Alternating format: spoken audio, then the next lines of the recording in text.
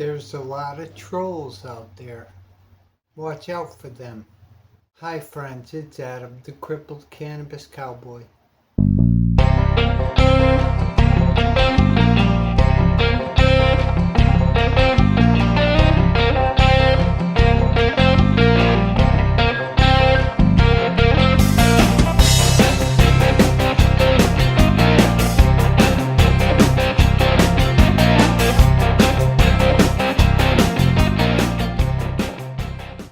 Thanks for watching my video about all kinds of shit. If you like what you see, then subscribe to my channel and spread the good word, man. There's a lot of trolls out there. I experience them constantly online. I don't particularly allow them in my life or around my life, only through social media. As far as friends and family and everybody I love, and I am very particular about you cannot be a troll if you decide to be friends with me. This is just my take on what's happening to me.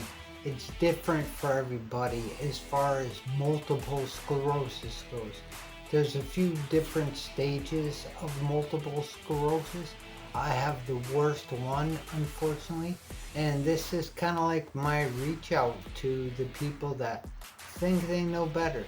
And unless you have multiple sclerosis and you're experiencing horrible stuff like I am, then you really don't know. It's kind of one of those special clubs that you have to have a ticket to be in the club. That's just the way it works.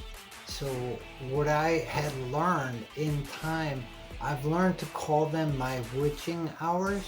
I remember some years ago, I used to have one witching hour, and that's kind of how the name came about, because there was this 1 hour, maybe a little more, in a day that I got really, really bad. I couldn't walk, I couldn't see or whatever, so these witching hours have increased exponentially now. It's pretty much, you're gonna experience this if you have PPMS or all kinds of diseases. There's an MS hug they talk about a lot, and it consumes me.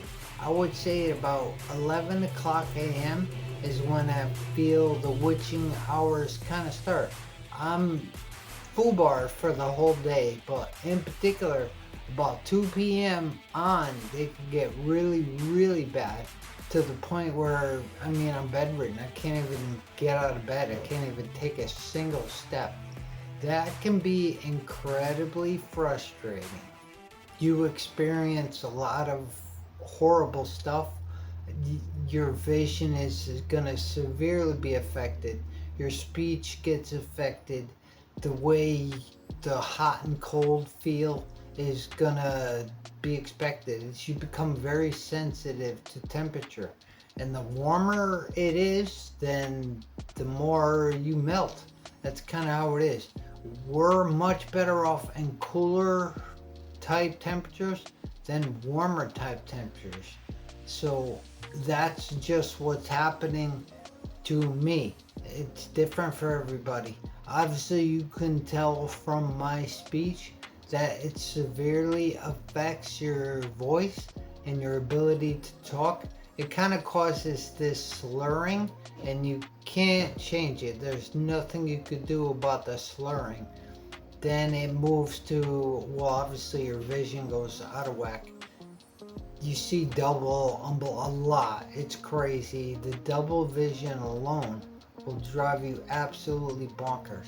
It affects your hearing and stuff too. You'll think you hear something, or you think you saw something and you really didn't. Who knows? Maybe you did.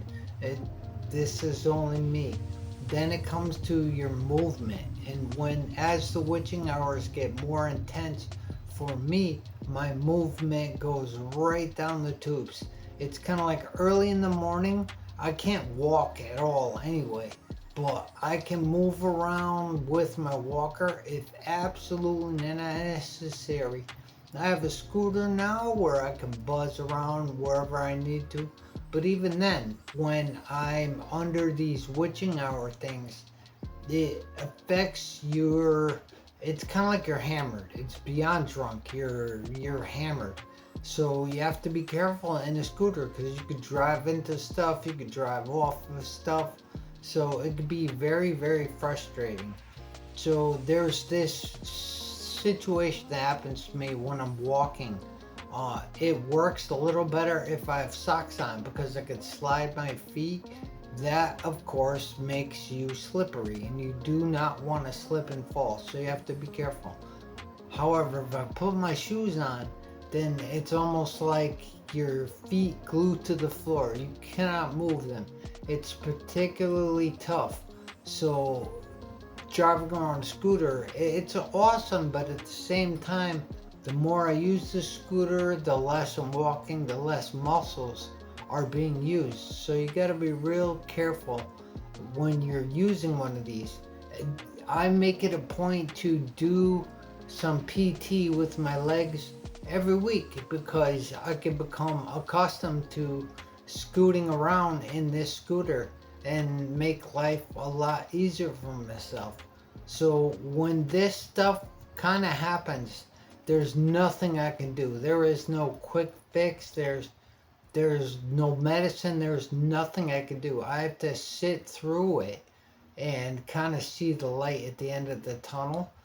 Typically, the witching hours get so intense for me that they knock me out. I end up falling asleep and I wake up the next day.